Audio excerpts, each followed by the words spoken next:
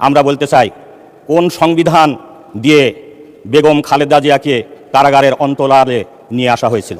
কোন সংবিধান দিয়ে মৌলানা মতিউর রহমান নিজামী সহ 7 জন 11 জন আমাদের শীর্ষ নেতৃত্বকে আপনার শহীদ করা হয়েছে? মাননীয় স্পিকার, এসব ইতিহাস আমাদের জানা আছে।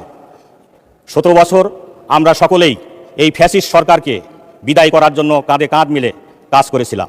আজকে সেভাবেই বলতে চাই যে আজকে যে সংস্কারের কথা বলা হচ্ছে এবং সংবিধানের সংশোধনের কথা বলা হচ্ছে, আমাদের সন্তানরা গত 24 জুলাই 36 জুলাই আন্দোলনে জীবন দিয়েছে।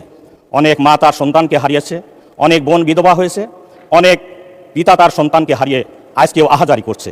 এমনি অবস্থায় দেশবাসী গণভোট অংশগ্রহণ করেছে। আমরাই তো গণভোটের পক্ষে ক্যাম্পিং করেছি।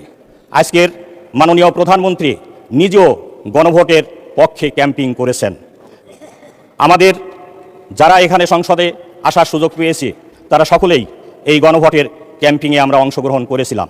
দেশবাসী প্রত্যাশা করে গণভোটকে আইনে পরিণত করবার জন্য, সংস্কার আইনে পরিণত করবার জন্য। কিন্তু আজকে আমরা অনেকেরই দেখছি, বলতে শুনছি যে সংস্কারের প্রয়োজন নেই। আমাদের মাননীয় প্রধানমন্ত্রী, স্বরাষ্ট্রমন্ত্রী জুলাই যোদ্ধাদের সম্পর্কে কথা বলতে গিয়ে আমি এই কথা বলতে চাই, যদি জুলাই অনুষ্ঠিত না হতো তাহলে আমরা এই মহান সংসদে আসার সুযোগ পেতাম না।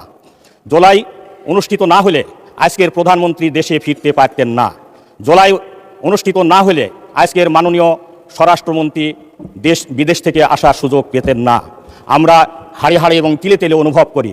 আমাদের এই বেঞ্চেও মাননীয় প্রধানমন্ত্রীর মতো ইংল্যান্ডে জীবন কাটিয়েছেন শহীদ নিজামীর সুযোগ্য সন্তান আজকের সংসদে উপস্থিত রয়েছেন ব্যারিস্টার নাজিবুর রহমান, তিনিও আসার সুযোগ পেতেন না। আমরা এটাও জানি, জুলাই অনুষ্ঠিত না হলে আমরা ব্যারিস্টার আরমানকে এই এলাকায় পেতাম না, এই সংসদে পেতাম না।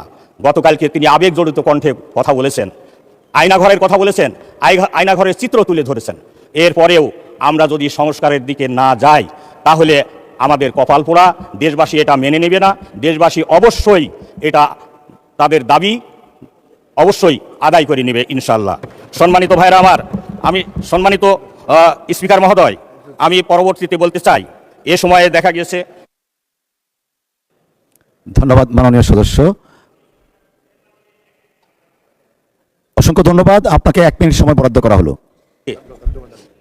মাননীয় স্পিকার, আমি পরিশেষে বলতে চাই যে অতএব আমরা যারাই সকলে নির্যাতনের শিকার হয়েছি, জুলাই সনদ এবং জুলাই সংস্কার বাস্তবায়ন করে দেশের প্রত্যাশা, জনগণের প্রত্যাশা যেন আমরা পূরণ করি, একটি নতুন বাংলাদেশ যেন আমরা কায়েম করতে পারি। সকলে ঐক্যবদ্ধভাবে আমরা মিলিতভাবে এই আশা পোষণ করে সকলকে ধন্যবাদ জানাচ্ছি। মাননীয় স্পিকার, আপনাকে ধন্যবাদ জানাই।